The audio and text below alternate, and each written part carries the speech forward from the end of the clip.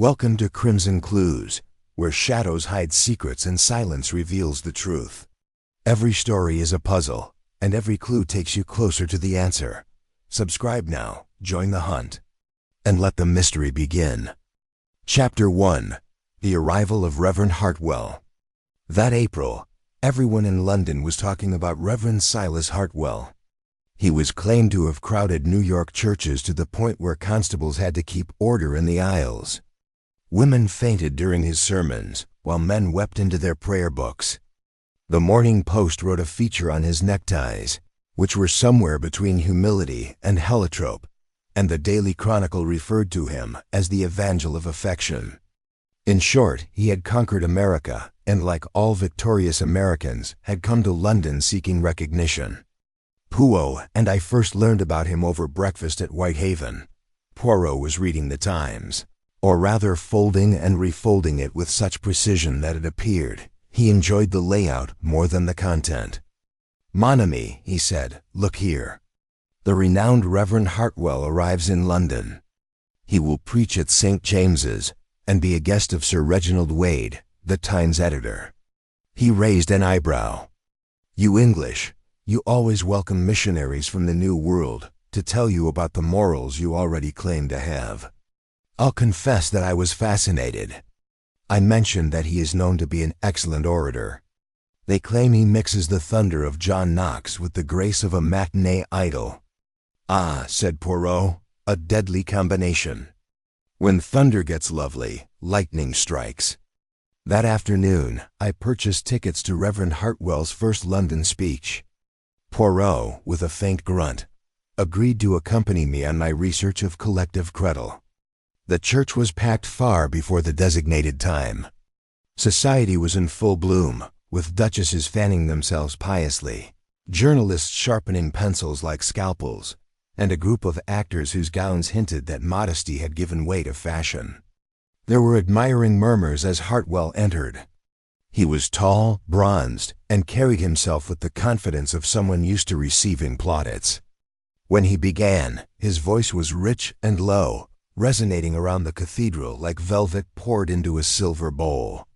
He discussed forgiveness, stating that even the most upright person required understanding rather than judgment.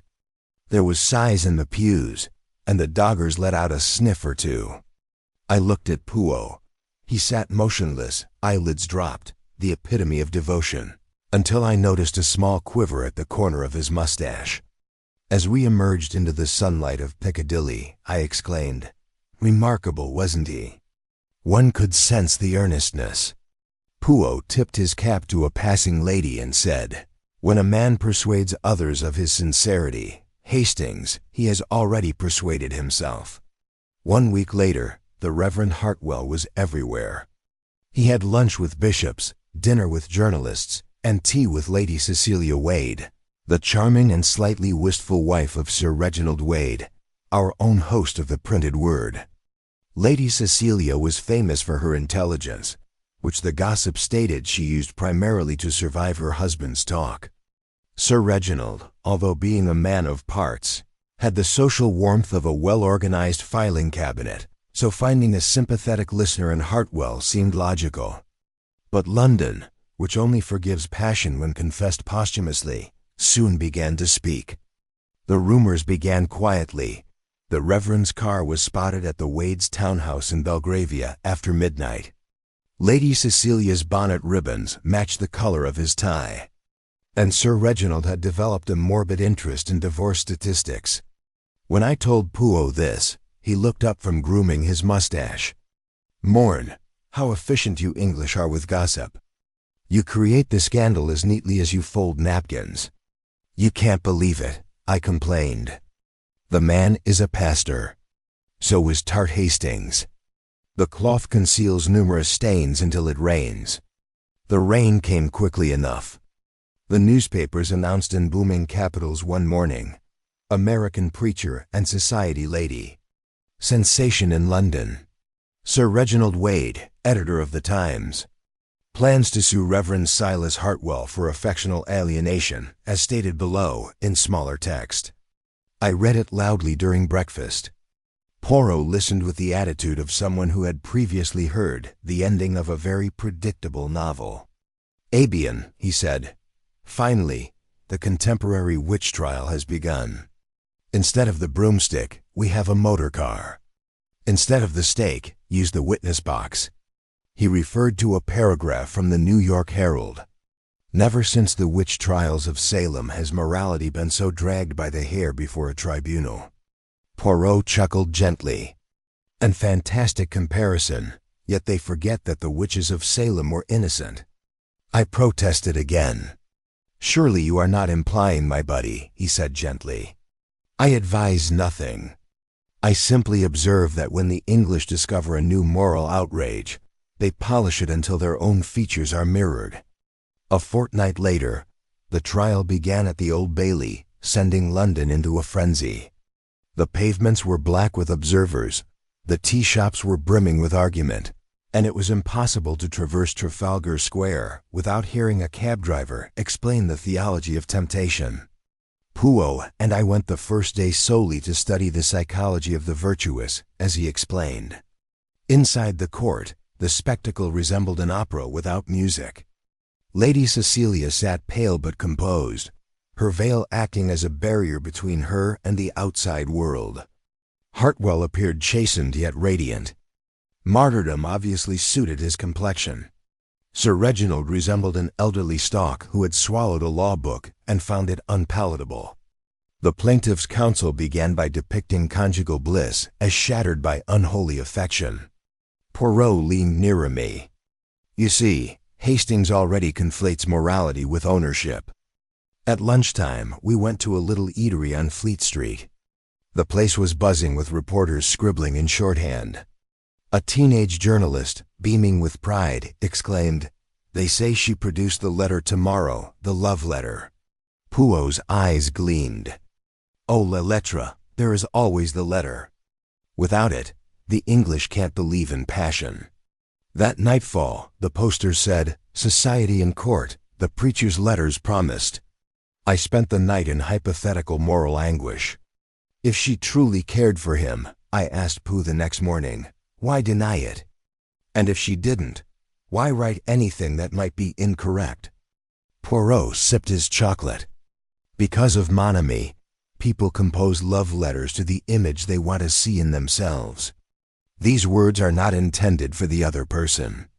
They're for the mirror." I thought about it and found it disturbing. Chapter 2. Whispers and Witnesses. The second month of the Hartwell affair was more like a festival than a sermon. London hit its stride. There were songs in the music rooms with refrains of hallelujah and pass the evidence, and a tobacconist on the Strand offered a reverence blend, promised to lift the soul and ease the conscience.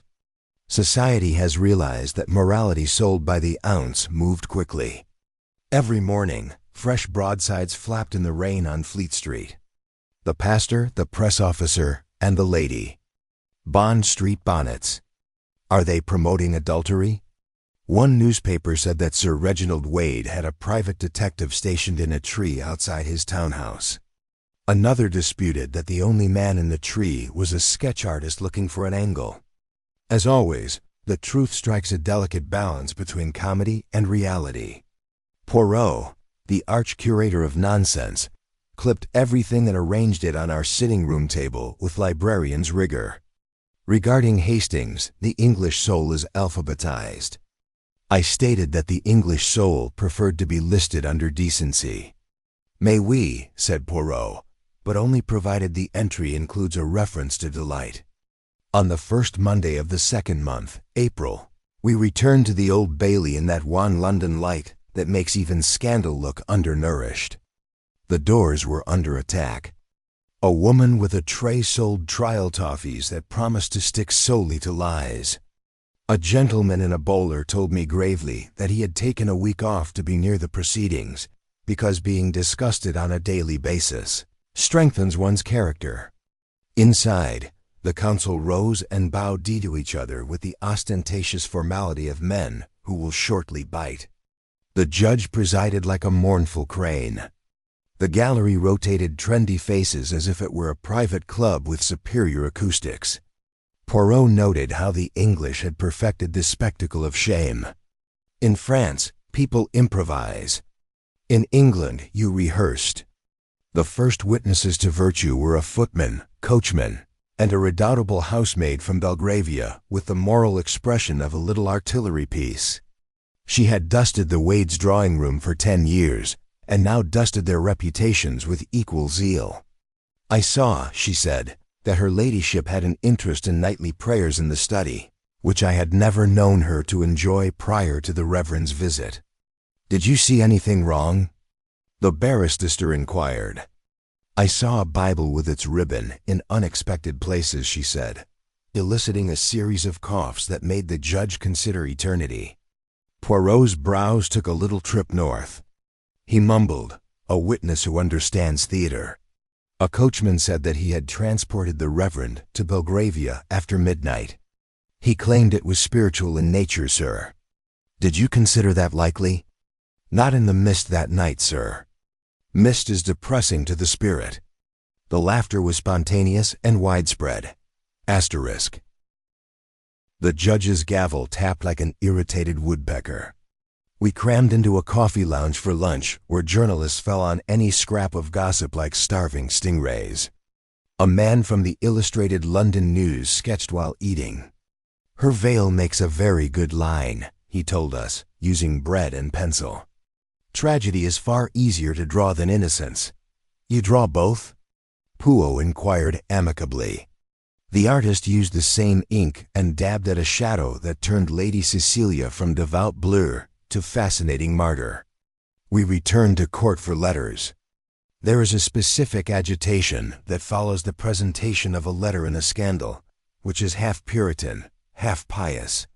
The bundle arrived wrapped in ribbon, like a valentine about to be whipped. Sir Reginald's counsel delicately lifted the first sheet, as if the tiniest touch of affection had burnt. My dear friend, in the spirit, he texted. The city is full of voices, but yours is the only one that knows the door to my peace. Ah, Poirot remarked quietly, there is always a door. More followed. When the soul kneels, the body does not remain upright indefinitely. The gallery inhaled. An elderly lady produced smelling salts as an amenity rather than a necessity. The words moved between the sacred and the suggestive with the grace of a chorus line. One could read them as scripture or as shorthand for a rendezvous. The defense grew slowly. He explained that these are metaphors produced by a man who specializes in metaphor. If Reverend Hartwell had been a plumber, he would have promised to fix the leak and leave her alone. There was a burst of laughter, which the judge quelled with a frown. The counsel will avoid from plumbing. Outside, twilight battered the domes and spires, and throngs in the square argued theology of innuendo. Poirot, putting on his gloves with the same care he did for evidence, commented, a letter, Hastings, is a mirror that the writer holds up to himself. It is not proof of love, but only of literature. Do you suppose they? I asked, embarrassed by the directness of English language. I think, says Poirot, that the English prefer to let a metaphor do the improper thing for them. In the second week, the Reverend himself took the stand. The court was full before cockcrow. Women in simple caps that had cost intricate sums surged forward, their eyes filled with piety and wonder. Conditions that, in my experience, rarely occur alone. Hartwell's voice was quiet. Charms, such as candles, can be snuffed for effect. He discussed attachment, solace, and pastoral intimacy. Sentences that draped themselves about the ears like well-behaved cats. He described my association with Lady Cecilia as a sacrament of solace. The judge looked at him as if consolation were a crime he was eager to prosecute. Did or didn't you kiss the lady? Hartwell's gaze shifted upward. My lord, I have given a pastoral kiss to many cheeks, elderly and young. Confine yourself, stated the court, referring to the cheek at question. A rustle of evil delight echoed throughout the court. Hartwell halted, and into that time, he poured enough goodness to fill an ark. I cannot trample on a lady's honor to rescue my own. "Which is," murmured a woman behind me, "exactly what an honorable man would say." Another muttered, perhaps a very intelligent one. Poirot's gaze remained fixed on the Reverend. "Note Hastings' justification, which is based on the lady's morality. If she is stained, then so is he. If she is pure, then he is pure. Two mirrors face each other, reflecting an infinite amount of self-esteem."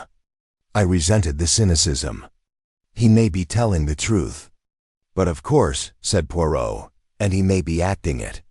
Lady Cecilia was called next, and the silence that greeted her would have been appropriate for a battlefield. She stood slender and stately, partially obscured by her veil. The barrister approached her as if she were a cliff, and he waved extremely persistently. "Lady Cecilia," he asked me softly, "did you at any time permit the Reverend Hartwell to take liberties of an amorous nature?" She raised her chin. "I have not allowed any man to take what I have not freely given." A gasp and a pencil fell together someplace on the press benches. "Then you generously gave." She claimed that I freely offered her my confidence. I gave him my fears, anxieties, and boredom, which were enormous. "If you consider those amorous, London is a pretty pure city." Poirot's mustache twitched with admiration. "An answer that can imply both nothing and everything. People who want to believe her will do so." Counsel regrouped, as did the late visits. "My husband was frequently absent late," she stated. "The Reverend came to read to me." She said that scripture and poetry were both used at times. "What kind of poetry?" She replied coolly, "The kind of quotation that guys use when they want to think deeply." This time, even the judge smiled.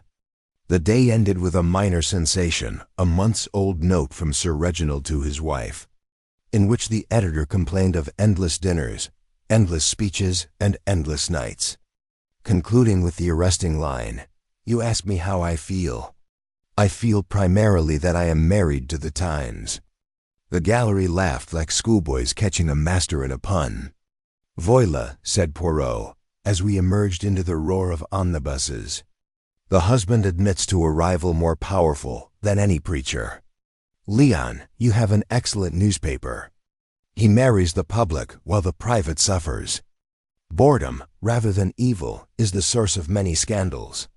"Then you believe there was no I tried again, tongue tripped over virtue's fence?" I believe Poirot stated that if there was, it would be less interesting than if there was not. Propriety is the most important aspect of English marriage, Hastings. In the third week, Fleet Street invented a chorus. The headlines moved in formation. The kiss question. What is a pastoral kiss? Can one sign metaphorically? A bishop wrote to the newspapers, explaining that spiritual intimacy was as old as St. Francis. A lady from Bayswater responded that St. Francis did not own a car. A philanthropic committee proposed moving the trial to a larger hall to allow for charitable fundraising. A set of commemorative teaspoons appeared on Regent Street, engraved with the scales of justice and a very small heart. I bought one and presented it to Poirot. He examined it as if it were a clue retrieved from a fountain. "It's perfect," he said. "A small heart balanced by justice, but completely useless, the essence of English scandal in silver." In court, a final group of servants appeared to swear that the Reverend and Lady Cecilia once shared a cushion, which is equivalent to a betrothal in some households. Alaries testified that a man's handkerchief was found among her ladyship's linens. Foreign linen is very soft. The defense claimed that foreign linen was sold in London. Theirs responded that this linen smelled faintly of American tobacco, and I believe the jurors were about to laugh. That evening we dined at Simpson's, where the beef is as fortifying as a hymn. Across the room I noticed Sir Reginald himself, thin, starched, almost translucent with fatigue. Eating alone with his newspaper, he folded and refolded it until it lay like a surrender flag. For a brief moment, I felt a pang of loyalty to the mundane decencies of life. The clean desk, the umbrella stand, the warm slippers by the fire. And how easily a city laughs at a man who does not know how to be interesting. Poirot followed my gaze. Don't despise the dull Hastings. They prevent the furniture from floating away. He looks beaten, I said. He was battered, whispered Poirot quietly. Not in court, perhaps, but in private. His belongings have been stolen from him and distributed to the public. There is no ruling that undoes that. On the final days of the month, the judge chastised the galleries for their inappropriate levity. The papers adopted a tone of injured virtue and printed twice as many jokes. A street orator passed his hat after declaring that modern England could withstand war, weather, and government, but not pastoral kisses. I experienced a private humiliation. A little foreign correspondent confronted me at the court doors, and mistaking my notebook and upright bearing for professional credentials, inquired in bad English, "Monsieur, you are the famed Belgian detective. Do you think the lady is guilty?" I drew myself up. "Certainly not. I'm an English officer and a friend." "Ah," cried the small man. "Then you are Hastings." At last I meet the famed Dr. Hastings. "Captain," I corrected Scarlett. "Captain Hastings." Poirot was unnecessarily amused. "Courage, Mrav. Today you are a doctor. Tomorrow perhaps a bishop." We ended that month in the gallery as we had begun it, courteous voyeurs of other people's consciences. The court adjourned for a day of judicial thought, which is what English institutions do when they wish to recover their breath without appearing to run. As we buttoned our coats, a youngster pushed through the crowd, advertising a late edition. The headline, blocky and triumphant, proclaimed morals on its knees. "London demands the truth." An imported American flourish had crossed the Atlantic like a contagious yawn, and it was neatly italicized underneath. Never since the witch trials of Salem has morality been so dragged by the hair before a tribunal. I stated it again. They love that line. "They'll love that," replied Poirot, "until something funnier comes along." He summoned a taxi. The rain had the faint whiff of English displeasure. As we rattled across Waterloo Bridge, he looked at the water with what I had come to call his philosophical sneer. "You look pleased," I said. "I am interested," he clarified. "There is a difference." "In what precisely?" "In the little arithmetic of the soul," he stated. "Observe.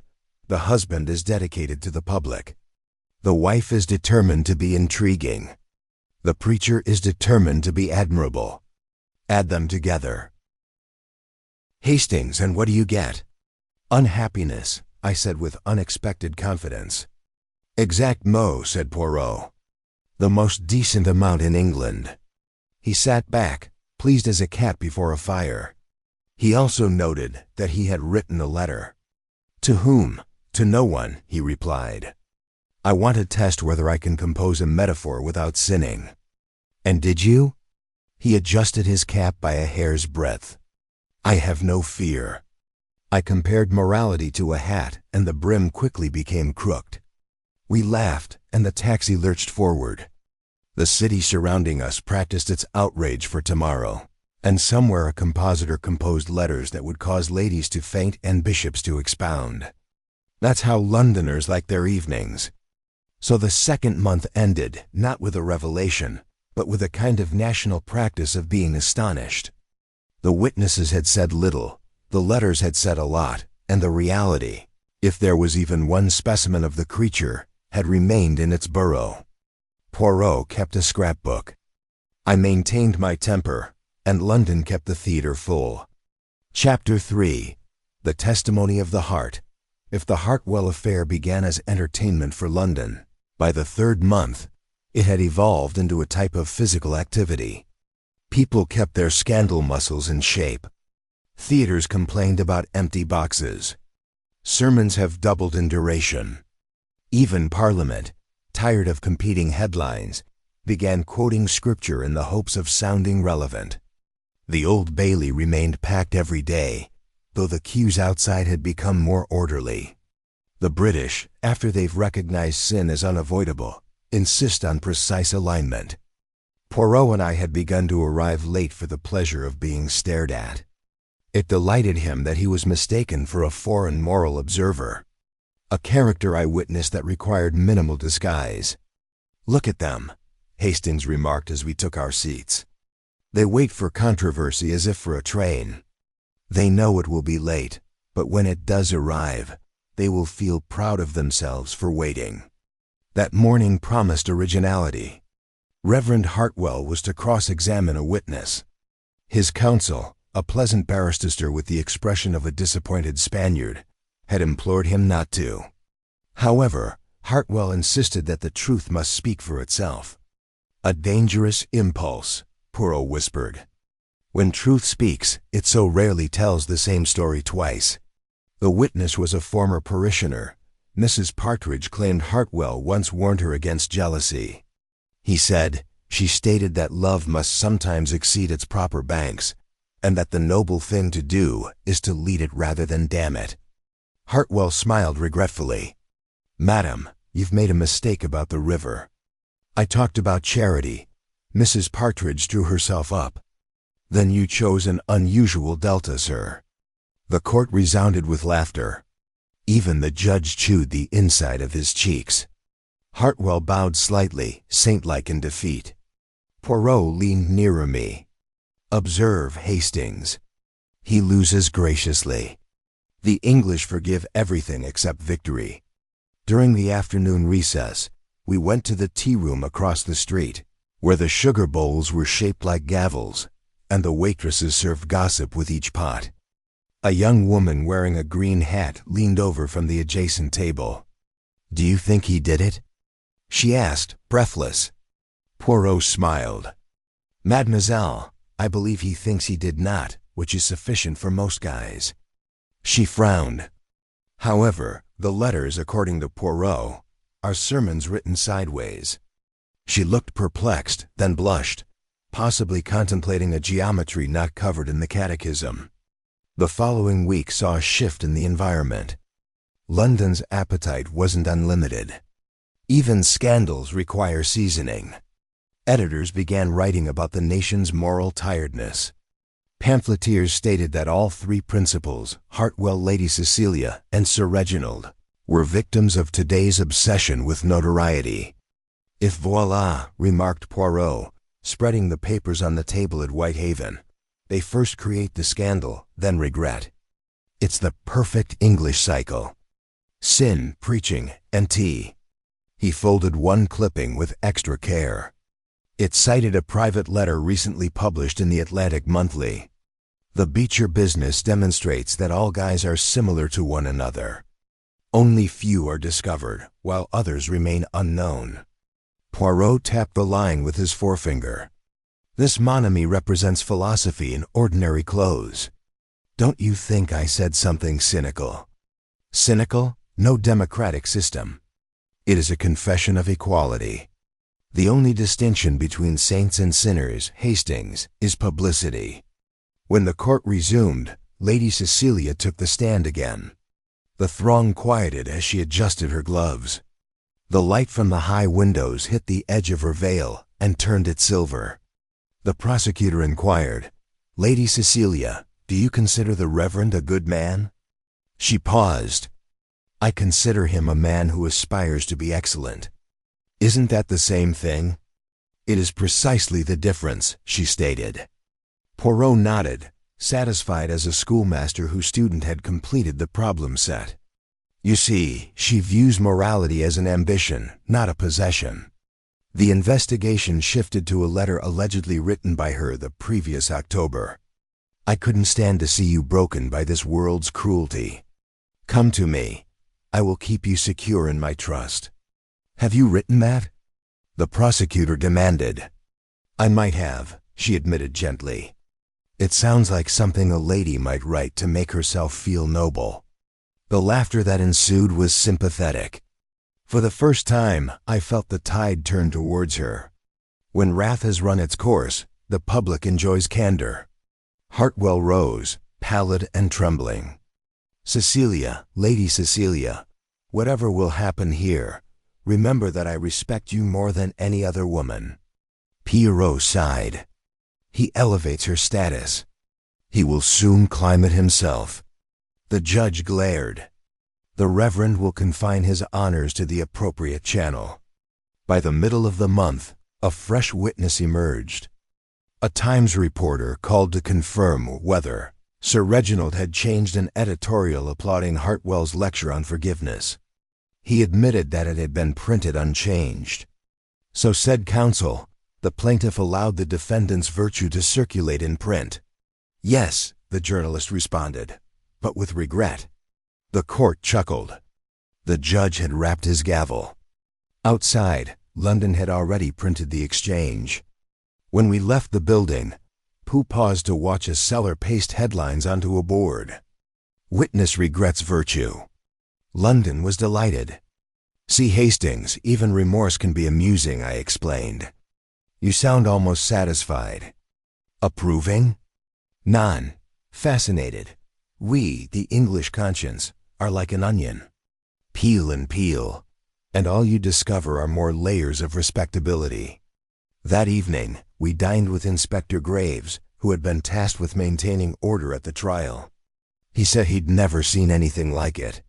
When the preacher breaks down in tears, the audience cheers. If he sneezed, they would bless him. Poirot twirled his mustache. Moshe's sneeze proves his humanity. They like him for that. Graves spoke privately. The entire thing is a sideshow. Wade, the old boy, does not care about his wife. He cares if his paper appears foolish. The preacher is concerned that his soul looks attractive. And the lady, well, she doesn't care about either, which drives them crazy. Poirot smiled. An admirable summary. You have the makings of a philosopher or a newspaper editor. Graves shuddered. God forbid. By the fourth week, the proceedings had settled into repetition. Letters read, meanings debated, characters dissected like schoolroom frogs. The judge threatened contempt to anyone who laughed. Naturally, everyone laughed more quietly. I was beginning to tire of it. Poirot, however, seemed to grow livelier, as if the monotony itself fascinated him. One learns, Hastings, he said one morning, that justice is not interested in truth, only in plausibility. It is like the theater. What matters is that the audience believes. And do you believe either of them? I asked. I believe, he said, that both tell the truth as they remember it, and remember it as they wish to be seen. Between those two mirrors lies reality, invisible and perfectly safe. He smiled. You recall the proverb, confession is good for the soul. I begin to suspect that is why souls never prosper. On the last day of the month, Hartwell's counsel made his closing plea. My client stands before you, not as a sinner seeking pardon, but as a man who dared to comfort another's loneliness. If that be crime, then let us all be indicted. There was a murmur of applause before the judge quelled it. Outside, the evening editions were already composing headlines, comfort or crime. The reverends appealed to London's heart. As we descended the steps into the square, a street preacher, an elderly man in threadbare coat, was crying to a small crowd. Beware the wolves in shepherd's clothing. They preach love and practice likeness. Poirot stopped. He is not wrong, he said softly. But perhaps you should beware of the sheep who love the wolf for being interesting. He looked almost sad for a moment. Then the smile returned, precise as a bow tie. Come, Hastings. There is hot chocolate to restore the morals. That night, as I wrote my notes, I asked him whether the case had changed his opinion of English virtue. Not at all, he said. It has confirmed it. In what sense? He turned from the window. That you English have perfected the art of temptation without pleasure, guilt without sin, and judgment without knowledge. Say Mad Nafi. You make it sound hopeless. On the contrary, it keeps you busy. He extinguished the lamp. The trial will end soon. Then London will search for another scandal, And the moral world will go on rotating like your fog, thick, continuous, and entirely self-sustaining. He paused at the door. Still, it is instructive. One learns more from those who err beautifully than from those who behave badly. And with that paradox, he left me to the silence of a city dreaming of its next sermon. Before we continue, a brief word from the world behind these stories. Each mystery you hear on Nocturnal Tales takes many hours to write, record, and bring to life. YouTube helps us share them with the world, but ad revenue alone doesn't quite keep the lamp burning.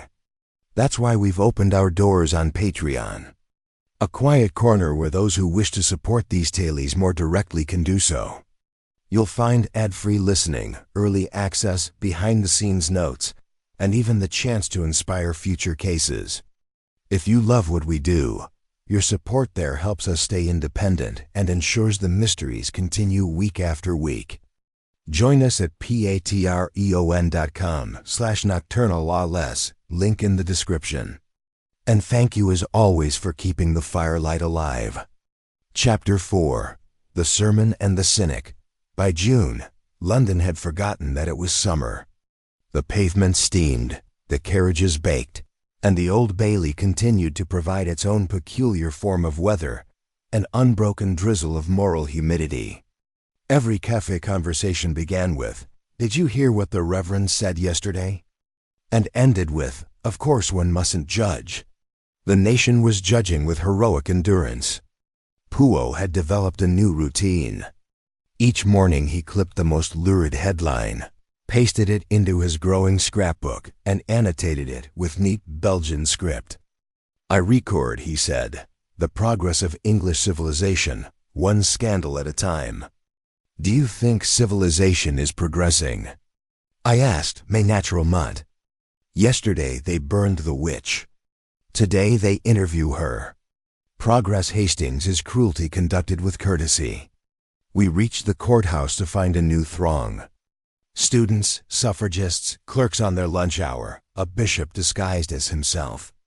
Inside the atmosphere was that of a particularly solemn circus. Hartwell was to give a full statement. The papers had promised a moral thunderbolt. A rumor circulated that he would confess, another that he would renounce the ministry, a third that he would join it twice over. Poirot leaned toward me. "The English adore repentance in others. It saves them the trouble." When Hartwell finally rose, silence fell so absolute that the clock's tick sounded impertinent. He stood a long moment, eyes cast heavenward, an actor searching for his cue. "My lords," he began, "and gentlemen of the jury, I am a sinner." The collective intake of breath nearly raised the dome. "I am a sinner," he continued, "in pride, in presumption, in the vanity that comes of applause. I have loved admiration too much." But he paused, the artistry of it impeccable. "I have not broken my vow. My affection for Lady Cecilia was pure. She awakened in me the better part of man, not the worse." The crowd's disappointment was almost physical. They had prepared their sympathy for adultery and found themselves defrauded. Poirot murmured, "They are cheated of their entertainment. He has confessed to dull sins." The prosecutor rose dry as toast. "You admit vanity, reverend, freely, and affection with gratitude and late-night visits occasionally, and kissing." "Never of the lips," said Hartwell, his voice trembling. "We exchanged only what I call the kiss of souls." The judge blinked as if the concept were unhygienic. "The court is not aware of that practice." Poirot's shoulders quivered. "The kiss of souls. Soon there will be postage for it." Outside, the papers wasted no time. "The kiss of souls. Is it safe for society?" We lunched on sardines and scandal. The waiter asked if we wished to sit in the moral or the immoral section, a joke that had already made its way onto menus. Poirot buttered his bread thoughtfully. He is clever, that Hartwell. By confessing pride, he implies purity. Vanity is the only sin London forgives entirely.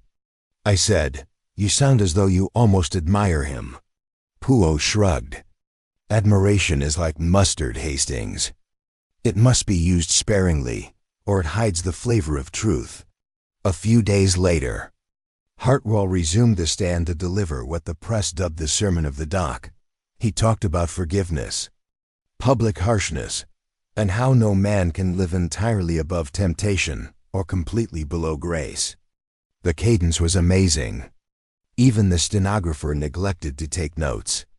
When he finished, the gallery erupted in cheers, but the judge threatened to clear it. One newspaper printed the entire message. Another printed it backward to show that it made the same sense either way. As we exited the court, a woman touched Pugh's sleeve. "Do you think he is guilty, sir?" Poirot smiled cordially. "Madame, he is guilty of eloquence." That evening, I found him by the window, staring at the growing fog over the temperatures.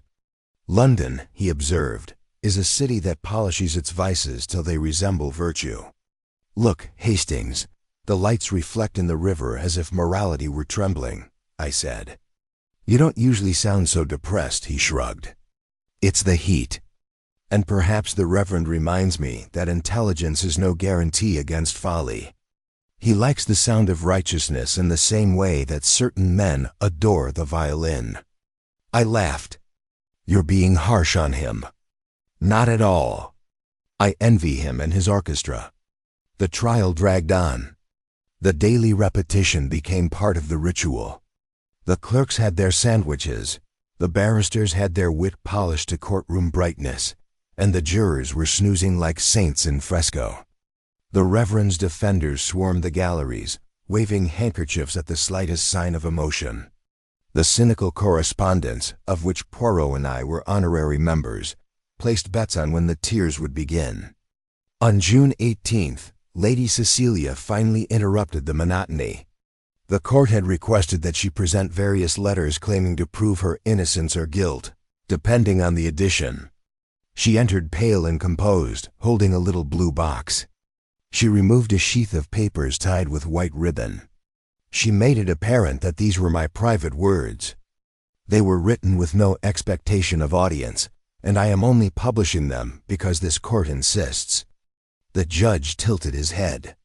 "The law regrets its necessity." "I doubt it," she answered, handing the letters to the clerk. The first was read out loud. It was less incriminating and more poetic. "You talk to me in a way that no other man has. You speak of tranquility rather than desire. You remind me that life can still contain affection without a deal. Second, you preach forgiveness. Teach yourself how to accept it." The third was unsigned. Clearly, the draft was never sent. Perhaps we fear scorn rather than transgression. A ripple passed through the courtroom like a breeze through the curtains. Poirot leaned back with satisfaction. "There, Hastings. She understands. Laughter, rather than guilt, kills reputations." The judge asked to know why the letter was written. Lady Cecilia responded calmly, "Because I had the misfortune to be born intelligent in a society that forgives everything except wit." The judge seems to have quoted a foreign statute. The next day, the tabloids referred to her as the wit in the dock. A columnist for the Daily Express praised her intellectual fortitude. Another in the Telegraph accused her of having French tendencies. The Nation, having exhausted its hunger for purity, developed a taste for irony. Poirot was delighted. He claimed that it was English payback. When morality fails, one celebrates humor. "You seem nearly fond of them." He expressed fondness for an intelligent toddler who continues to play with matches. A week later, the judge announced that the jury would be retiring. The galleries were now half empty. Only the devoted and frivolous survived. London had developed a desire for a fresh pastime. Poirot and I sat through the concluding speeches. The prosecutor yelled about sanctity, and the defense responded with scripture and sentiment. In the midst of it, I realized that no one had asked the West if they wanted to be reconciled. Scandal, like fire, burns its own fuel. When the court recessed for the day, Poirot turned to me. Hastings, do you see what this has become?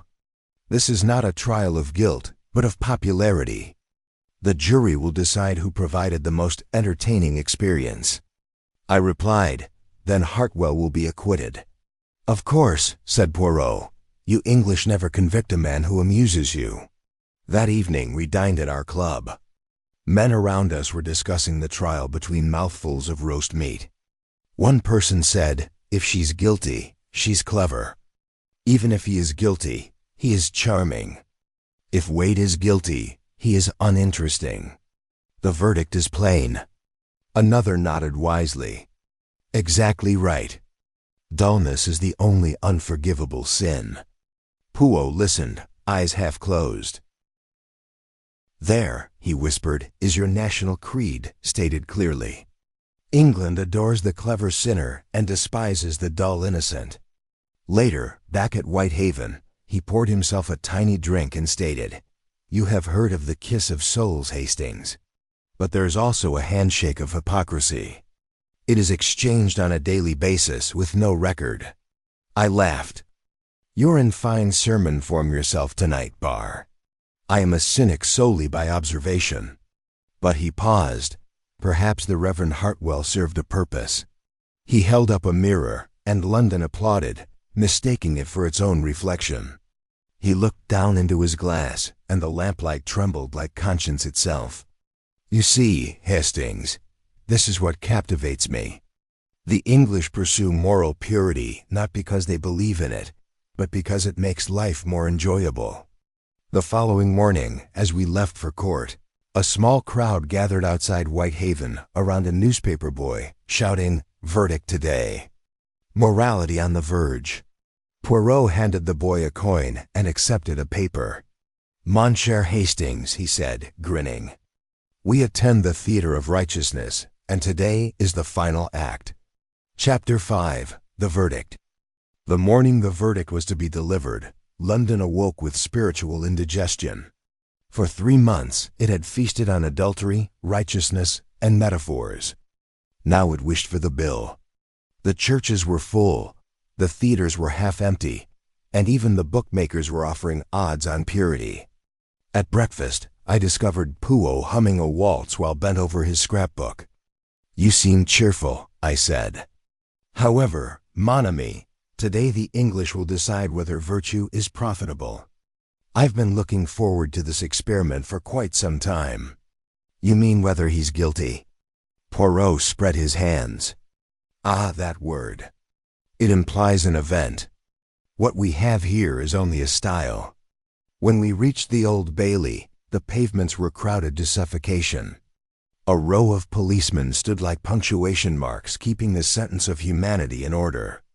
Street vendors sold miniature Bibles and souvenir fans inscribed, I was there when morality was tried. Inside the heat was biblical. The jurors looked pale and aesthetic, as if righteousness had been a diet rather than a virtue. Lady Cecilia sat motionless, veiled once more. Sir Reginald resembled a man waiting to have a tooth extracted. Reverend Hartwell prayed silently, a study in humility so complete that one could almost hear the rustle of wings. The foreman of the jury rose. We are unanimous, he announced, that the defendant has not been proved guilty of immoral conduct, but that the plaintiff has suffered grave injury to his domestic peace. The judge nodded gravely.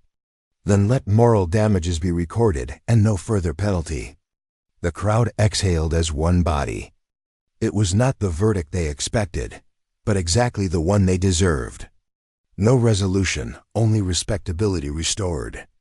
Poirot murmured, Voila, a verdict worthy of Solomon, if Solomon had feared the newspapers. I said, so that's it then. He's free. Free, said Poirot. My dear Hastings, he is acquitted. There is a difference. Outside, the mob cheered the preacher as he stepped into the sunlight. Women flung flowers, and Hartwell raised a hand in benediction. The petals struck his sleeve like small moralities seeking adoption. Lady Cecilia emerged moments later, pale and unsmiling. No one threw flowers. She walked to her car as if through fog. Poirot removed his hat. For courage, he said softly. Sir Reginald came last. The crowd, uncertain whether to pity or ignore him, chose both. He paused, glanced at the other two, and then disappeared into the carriage without a word. Observe, said Poirot. The husband loses his wife, the wife loses her name, and the preacher gains a congregation. Justice Hastings is occasionally a bookkeeper with a sense of humor. That evening, the city erupted in moral celebration. The newspapers published portraits, the music halls staged parodies, and a confectioner introduced the Hartwell tart, a pastry marketed as innocent but highly flavored. London had turned guilt into gastronomy. Poirot declined supper and instead spent the evening reading the day's editorials aloud. Each hailed the verdict as a triumph of decency. He described decency as the art of closing the window before throwing stones. 2 days later, a letter arrived for Poirot at Whitehaven. The handwriting was delicate and clearly feminine. He read it twice, carefully folded it, and placed it in his pocket. I said from my chair, private, personal, he corrected. The distinction is important. Privacy belongs to facts and personality to style. After some coaxing, he read it aloud. It was from Lady Cecilia. See Poirot, you will forgive a stranger's intrusion. I write only to thank you for what you did, by which I mean what you did not do. You alone of all London refrain from offering advice. Silence in Storms is the one gentleman left. I go now to Italy. There perhaps a woman may be neither symbol nor sermon. If ever you publish your observations on our trial, omit me entirely. I prefer obscurity. It is the only form of innocence left to me. C.W. Poirot folded the page with reverence. You see, Hastings, she understands the lesson before I have written it. And what lesson is that? That morality, like fame, is a thing best enjoyed in moderation. A week later, we met Inspector Graves for luncheon. He reported that the Reverend Hartwell's farewell sermon at St. James's had drawn crowds enough to alarm the fire brigade. He spoke on forgiveness, said Graves, cried halfway through, blessed everybody, and announced he's returning to America to found a new church. Poirot nodded. Of course, when the garden becomes too full of weeds, one plants another wads, I asked. Sir Reginald's gone north to oversee a new printing office. No one's seen the lady since the trial. The servants say the house feels like a newspaper after the last edition, quiet and dusty. Poirot stirred his coffee. So ends the English romance with promotion, immigration, and housekeeping. That evening, over brandy, I ventured a final question. Tell me honestly, Poirot, was there ever an affair? He considered, perhaps in imagination. Which is the most powerful variety? Do you recall the phrase the kiss of souls? I have been thinking about it. It was the perfect English solution to sin poetically and call it piety. But you believe her innocent of what, Hastings? Desire? Vanity. They are the air people breathe. Innocence is not the absence of temptation. It is the lack of opportunity. I frowned. You make everything sound rather hopeless. Not hopeless, merely human. He sipped his brandy. The Reverend sought to comfort a lady. The lady sought to feel alive. The husband sought to be right. Each succeeded, and each suffered. That monody is equilibrium. The next morning, the Times published a final editorial, unsigned, but unmistakably Sir Reginald's work. The case of the Reverend Hartwell has shown that truth is often less useful than decency, and that public opinion, though frequently wrong, remains indispensable to good order. Poirot clipped it out and smiled. He has forgiven the scandal. He has turned it into copy. Later he added the piece to his scrapbook and closed the cover with a little sigh of satisfaction. The collection is complete. What will you call it? I asked. He thought for a moment. La Petite Hypocrisy. It sounds almost respectable in French. That evening we walked along the embankment. The fog had softened London into something merciful. A newsboy called the latest headline. Some new banking scandal already jostling for attention. "You see, Hastings," said Poirot, "virtue has been acquitted and vice released on bail. The balance of the world is restored." He tucked his hands behind his back. "The moral of our little play. That truth may be dull, but scandal, our scandal, is eternal." He looked up at the lamps glittering through the mist and added almost kindly, "And yet perhaps there is hope. You English will never stop judging, but at least you judge politely." I laughed. "So ends the trial of virtue. Not ends Hastings adjourns. The court of morality is always in session." And with that he straightened his hat by precisely 1 milm, and we walked on through the damp night. Two small figures in a city that never tired of forgiving itself. Chapter 6. The true scandal behind the story. The events that amused and astonished London in our tale were not invented out of whole cloth. They draw their shape from a true 19th century scandal that convulsed America half a century before the age of Poirot. A scandal that began in the pulpit, spread through every newspaper in the Republic, and ended as one of the longest, strangest moral trials in modern history. Its central figure was Henry Ward Beecher, 1813 to 1887, the most celebrated preacher of his age. Beecher was pastor of Plymouth Church in Brooklyn, New York, a vast auditorium seating nearly 3,000 worshippers, famous for its oratory, its choir, and its comfortable pew cushions. He was the brother of Harriet Beecher Stowe, author of Uncle Tom's Cabin, and he preached a similarly liberal gospel, anti-slavery, pro-women's rights, emotional rather than doctrinal. In an America grown weary of thunder and brimstone, Beecher's sermons of affection and forgiveness sounded like moral champagne. By the 1860s, he was a national celebrity, admired by the pious, courted by politicians, quoted by newspapers. His congregation adored him. Society ladies competed to attend his Sunday services. Beneath that popularity, however, brewed the contradictions of the Gilded Age. A culture publicly devoted to virtue, privately fascinated by transgression. Among Beecher's friends and parishioners were Theodore Tilton, editor of The Independent and later The Golden Age, and Tilton's wife, Elizabeth Richards Tilton. The Tiltons were progressive, literary, and outwardly devout. Beecher was their pastor and confidant. He baptized their children, dined at their table, and treated their home as an extension of his own study. Around 1868, rumors began to stir that the friendship between the preacher and Elizabeth had ripened into something more intimate. Letters existed, tender, elliptical, full of spiritual imagery, easily mistaken for passion. In late 1870, Elizabeth confessed to her husband that she had sinned with Beecher, though her wording was as ambiguous as the theology of her pastor. Theodore, wounded yet cautious, sought to suppress the scandal for the sake of the church. But silence breeds speculation. Within a year, he and Beecher had quarreled publicly over politics and money. The personal grievance soon followed the professional one. The spark that set everything ablaze came not from either household, but from the remarkable Victoria Woodhull, stockbroker, suffragist, and the first woman ever to run for the U.S. presidency.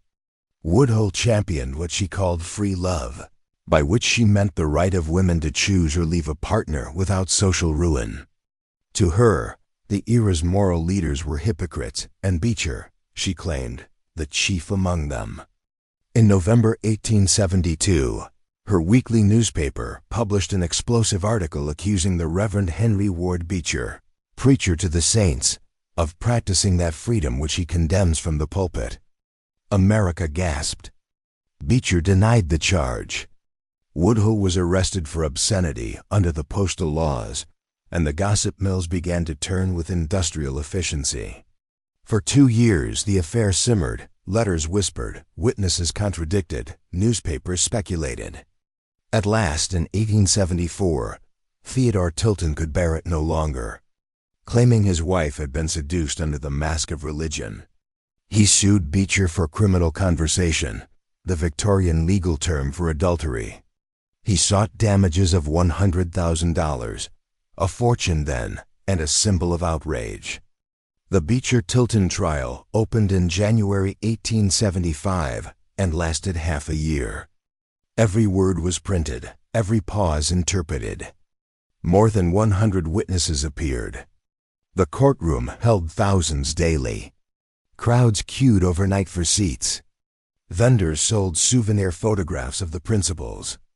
The New York Herald declared, "Never since the witch trials of Salem has morality been so dragged by the hair before a tribunal." Elizabeth Tilton testified softly, admitting to a confession but refusing to elaborate. Beer, pale and eloquent, denied any improper act, insisting that his affection was purely spiritual. Theodore Tilton spoke with a mixture of injury and showmanship.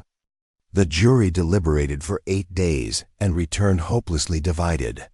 9 for acquittal, 3 for conviction. Exactly the deadlock I later borrowed for Sir Reginald Wade's fictional jury. No retrial followed. In law, Beecher was neither guilty nor innocent. In life he remained both. His congregation forgave him with tears and applause.